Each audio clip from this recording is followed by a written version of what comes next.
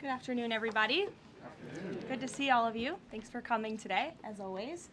We're going to start with some scheduling announcements. This evening, President Trump will deliver remarks at Union Station for a political dinner. Tomorrow morning, the president will host the second cabinet meeting of the year and the 11th cabinet meeting of his second term. And later tomorrow afternoon, the president will host a Greek Independence Day celebration in the East Room.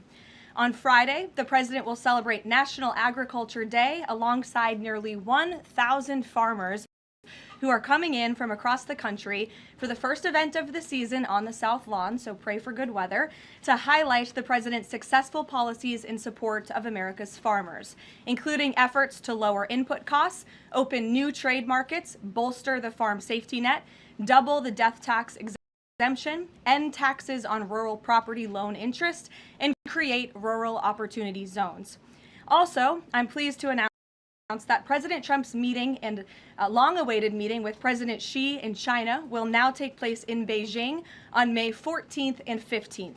First Lady Melania and President Trump will also host President Xi and Madam Peng for a reciprocal visit in Washington, D.C. at a later date to be announced this year. Turning to the ongoing military operations in Iran, the United States military continues to decimate the terrorist Iranian regime's offensive and defensive capabilities. Just over 3 weeks in, it's abundantly clear that Operation Epic Fury has been a resounding military triumph. More than 9,000 enemy targets have been struck to date. Compared to the start of the operation, Iran's ballistic missile attacks and drone attacks are down by roughly 90%. The United States is also annihilating the Iranian regime's navy. We have destroyed more than 140 of their naval vessels, including almost 50 mine layers. This is the largest elimination of a navy over a 3-week period since World War II. Again, let me reiterate, this is the largest elimination of a navy on the face of the planet in a 3-week period since World War II. We are systematically dismantling Iran's defense industrial base, which will prevent future threats to the region. Our military also remains laser-focused on eliminating the regime's threat to the free flow of energy through the Strait of Hormuz. Over the weekend, we dropped several 5,000-pound bombs on an underground facility used to store equipment, including anti-ship cruise missiles and mobile missile launchers positioned along the coastline of the Strait. Our military efforts grow more successful with each passing day, steadily degrading Iran's ability to terrorize merchant ships. For all of these reasons, we are very close to meeting the core objectives of Operation Epic Fury, and this military mission continues unabated. From the outset, President Trump and the Department of War estimated it would take approximately 4 to 6 weeks to achieve this critical mission. 25 days in, the greatest military the world has ever known is ahead of schedule and performing exceptionally. Day by day, the Iranian regime is being crippled, and their ability to threaten the United States and our allies is being significantly weakened. Their ambitions of building a nuclear weapon have also been crushed to an even greater degree than they were in Operation Midnight Hammer in June 2025. That's why you're beginning to see the regime look for an exit ramp. They recognize they are being crushed, their ability to attack American and ally forces, as well as their ability to defend their own territory is dwindling literally hour by hour. Following President Trump's powerful threat on Saturday evening, it was made clear to the United States that Iran wanted to talk. President Trump is willing to listen.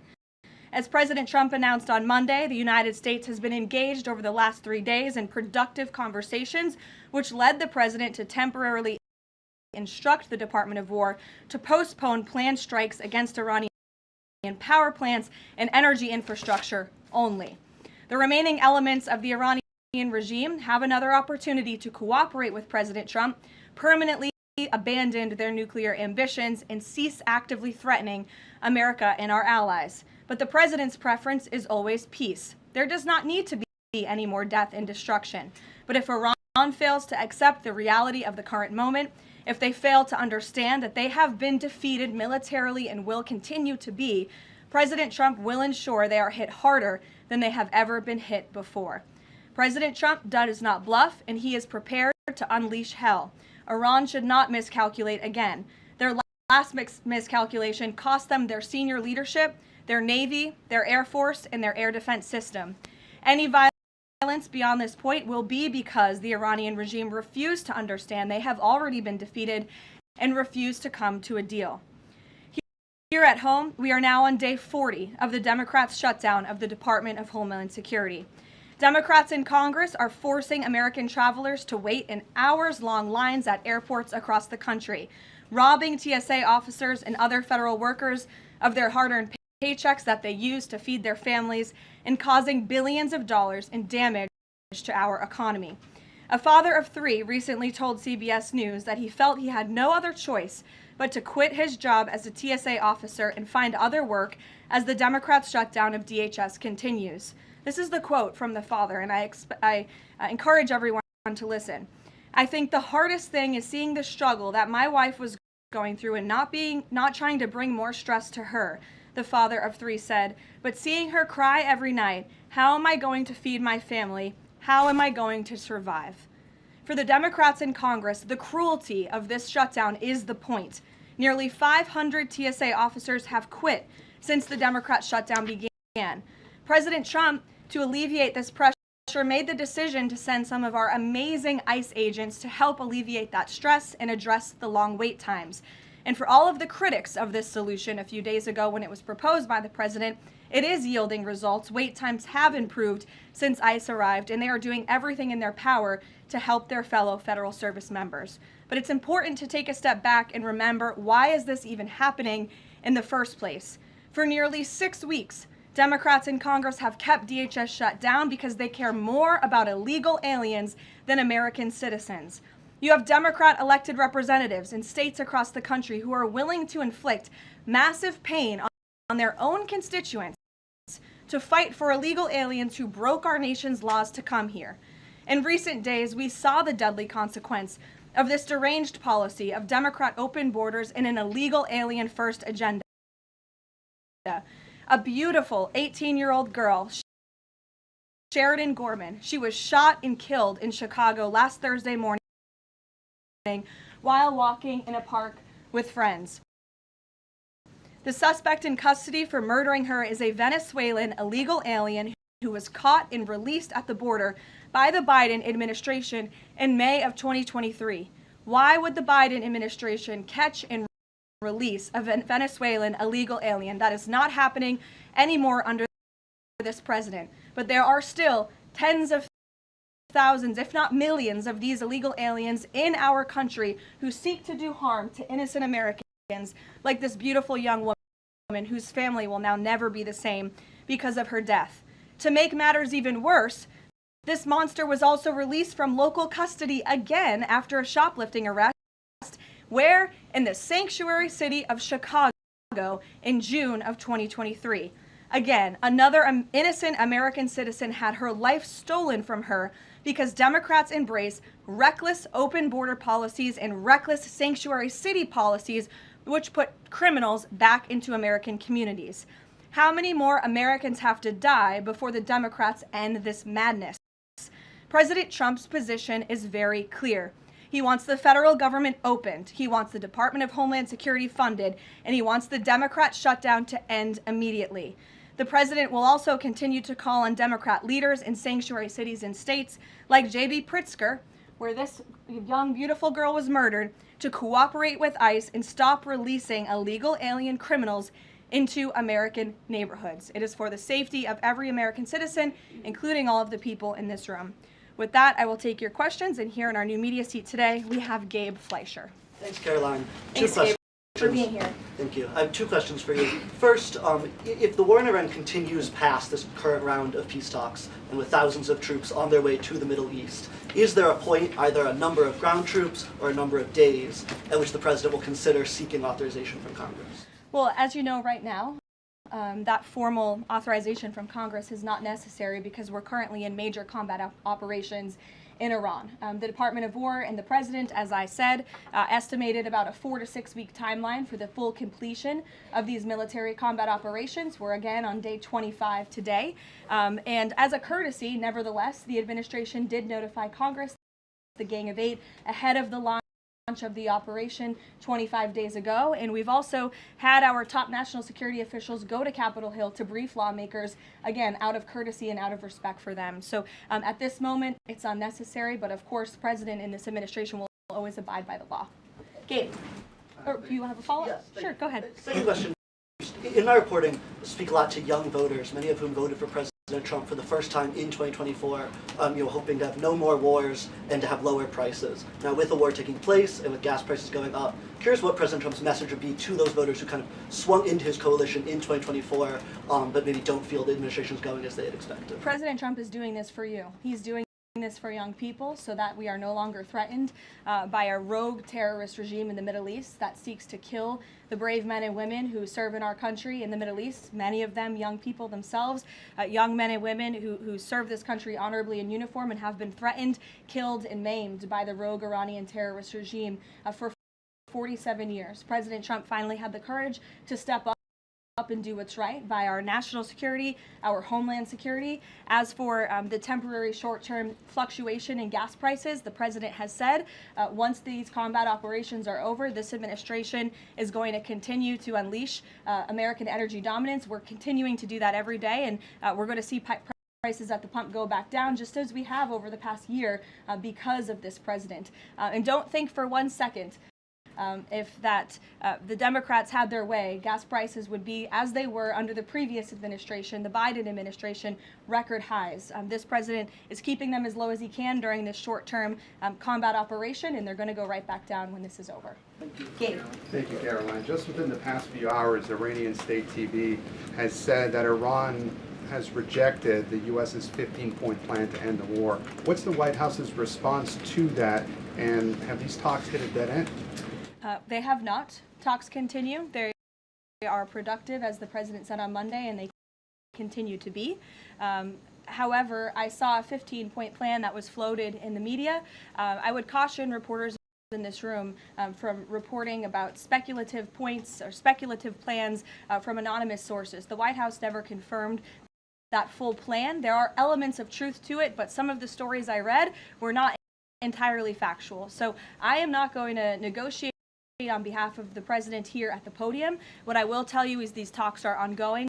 We're not going to get into the nitty-gritty details that have been exchanged between the United States and Iran at this time. Well, yesterday the president mentioned a very big present that the Iranians had given the U.S. He wouldn't go into detail, but was it that ship that was carrying 2 million barrels of oil that made it through the Strait of Hormuz? I'll let the president speak on that at the appropriate time. And then finally, Karoline, today Iraq's government reportedly is planning to lodge a protest with the U.S. According to the Wall Street Journal. There was an attack in Iraq that hit a military clinic, killing 7 soldiers reportedly. What's the U.S.'s response to that? Was the U.S. responsible for that attack? I'll have to check in with the Pentagon on that, and we'll get you an answer. Thank you, Karoline. Too, if I may. Speaker Johnson today described the conflict as wrapping up, but the 82nd Airborne Division, they're typically deployed at the beginning of conflicts. So does the White House consider this conflict as wrapping up, or is it changing shape? As I said at the beginning of my remarks, we are meeting our goals of Operation Epic Fury expeditiously. The president likes to maintain options at his disposal. It's the Pentagon's job to provide those options to the Commander-in-Chief. For any specifics on troop deployments, though, I would point you to the Pentagon. And today, Philadelphia District Attorney Larry Krasner reiterated threats to potentially arrest ICE agents that were sent in to assist with these historically long TSA lines. He said, quote, "The president cannot pardon you." Has the president seen Krasner's comments? Does he have any response? The president cannot pardon you for what? He's talking to the ICE agents who are handing out water bottles and are helping people move through lines at airports. It's a disgraceful comment. The men and women of ICE are great people. I would encourage this lawmaker, whose name I don't know and don't care to know, to actually sit down and speak with the ICE agents who are on the ground doing this important work, not just in our nation's airports, but again, to remove violent, dangerous, illegal alien criminals from our country, to protect this individual and all of us in this room and Americans across the country from murderers, pedophiles, and rapists who have been allowed into our country by Democrat politicians. Mario, good to see you. Thank you, Caroline. Good to see you as well.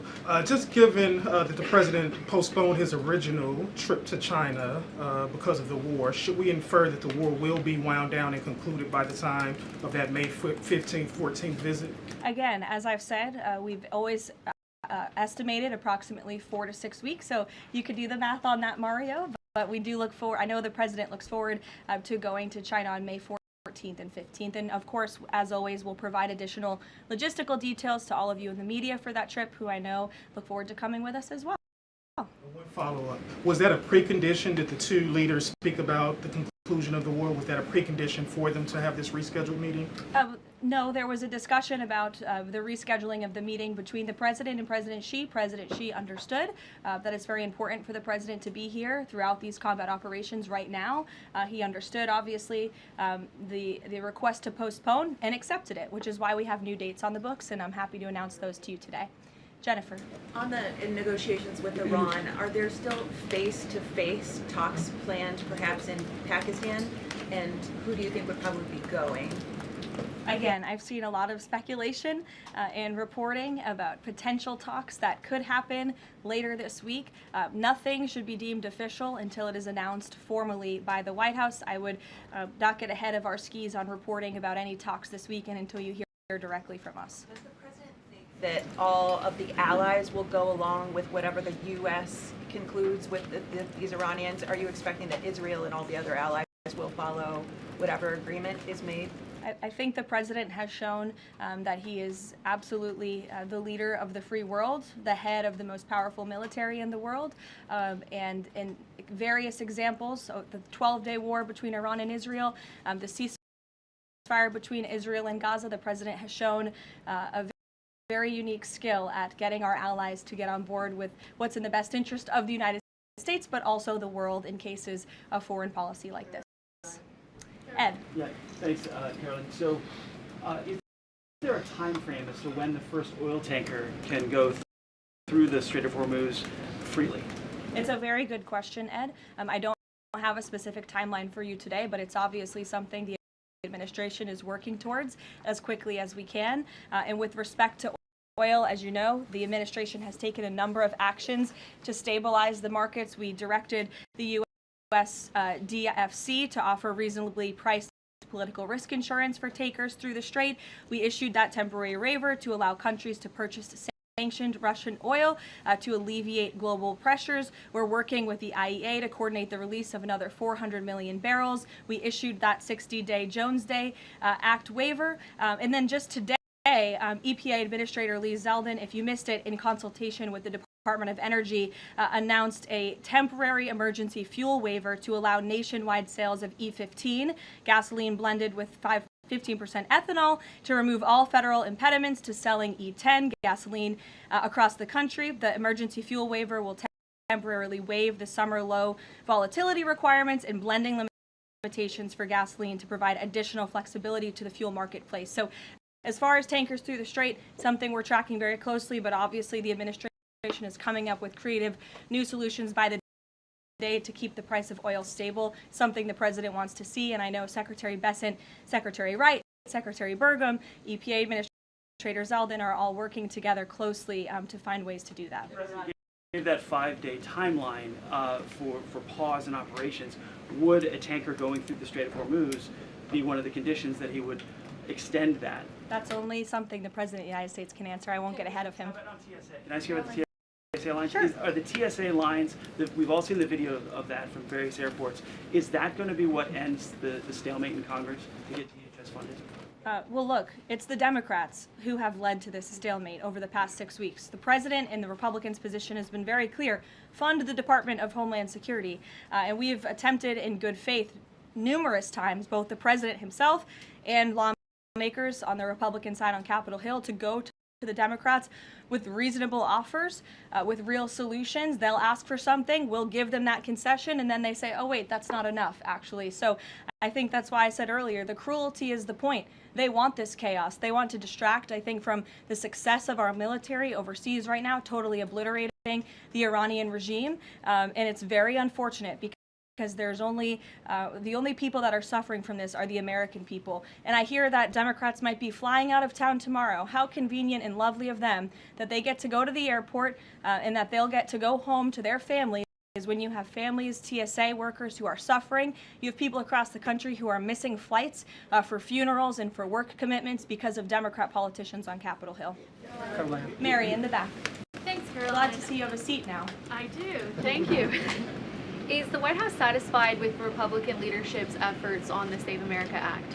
I think the president has made it very clear. He wants everyone on Capitol Hill to move as quickly as possible to get the Save America Act passed, and he wants to see that legislation on his desk as soon as Republicans and Democrats can move to pass it.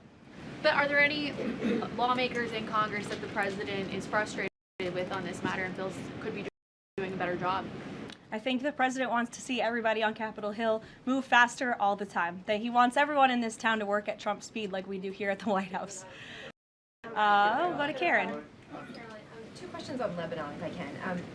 Is the U.S. providing support at this point for Israel's ongoing offensive in Lebanon? And is the president concerned that right now there are more than 1 million people who've been displaced and potentially could be for a significant amount of time? That's not something I'm in a position to comment on. For the first question, to the second question, of course, that's something that would concern the president. I think that's why he's again quickly moving to eliminate the threat of the Iranian regime in the Middle East, including weakening their proxies like Hezbollah, who have terrorized Lebanon for far too long. And I know that the president wants to see this again move as quickly as possible as we can over the course of the next couple of weeks here. Kristen. Caroline. A question about the Strait of Hormuz. If these negotiations are not successful, is the only option to reopen the strait in boots on the ground, given that all of our allies have essentially said that they are unable or unwilling to help? Look, that's a hypothetical question. It's a hypothetical question. It's also a decision that would have to be made by the Commander-in-Chief, and I'm not going to get ahead of him. And in addition to that, when it comes to the Vice President, J.D. Vance, what has changed that has made him more of an active participant in these negotiations with Iran? I don't think anything has changed. The Vice President has always been a key member, the President's right-hand man, and a key member of the President's national security team.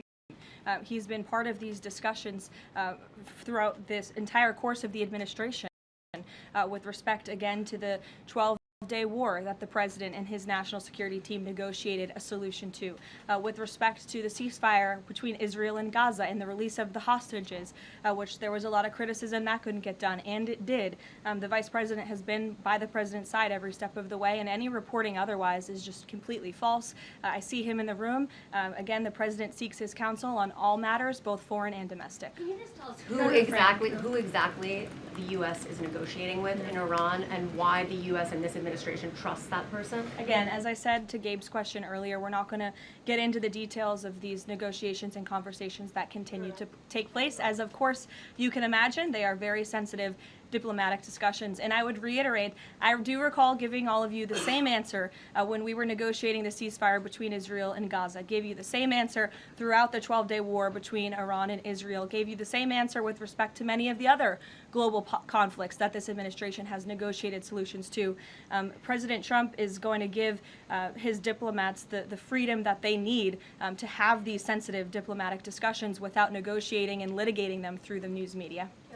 Fran. Caroline, just to follow up though, because you said that some of the information that's been out there about the 15-point plan is inaccurate. Can you say what is accurate with respect to ballistic missiles, the nuclear ambitions, and the Strait of Hormuz, which are things that the president has laid out that he wants to see a couple times in the past? Look, if you've heard it from the President of the United States, obviously it's true. As well as the objectives of Operation Epic Fury, we've said repeatedly. I've said them from this podium. The Pentagon has reiterated them. That's why we've taken military action to achieve them. So, of course, those are goals that we want to see. But this full 15-point plan that's been floating around in many of your outlets, there's a lot of misinformation to that as well. And again, I would caution you from taking things from anonymous sources rather than verifying them directly with the White House. Christian. Thanks, Caroline. 2 on Iran. First, would the president consider loosening asylum restrictions for Iranians trying to flee the country right now? Again, that's a question for the president. I won't get ahead of him on that. I haven't talked to him about that. Okay. And then secondly, you mentioned at the top that Iran would be hit harder than they have been to this point if they don't recognize the fact that they're losing this war. Could those strikes happen before this 5-day negotiating window closes if the president doesn't think they're negotiating in good faith? You're asking me to tell you if the commander-in-chief would authorize very strong strikes against the Iranian regime. That's not something I would ever reveal from this podium, true or not.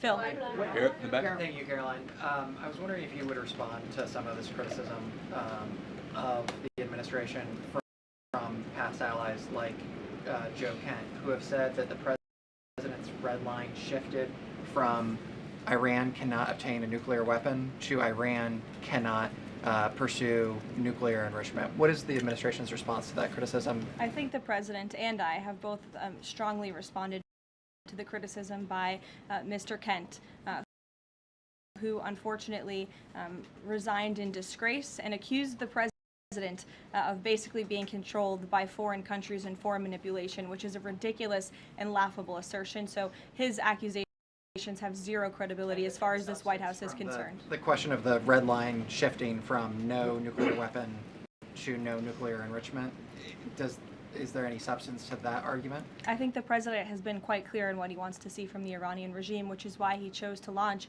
Operation Epic Fury in the first place. Reagan. Thank you, Caroline. I have a question for you on the SAVE Act, and I'd like to follow up on the DHS shutdown. Sure. First, Senator Mike Lee. The Save America Act. Save America Act. The president corrected me yesterday. It was my fault. Senator Mike Lee said it's essentially impossible to pass the Save America Act through reconciliation. What's your reaction to that? Is the president worried that that strategy might fail?